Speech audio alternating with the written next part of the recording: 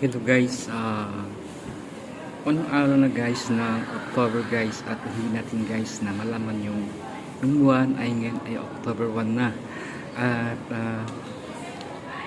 malapit na rin guys siyang mag-December, at kailangan din natin guys na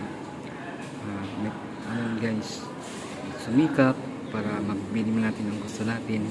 At thank you guys sa mga support ng mga followers, sa mga supporters na nagbabakas.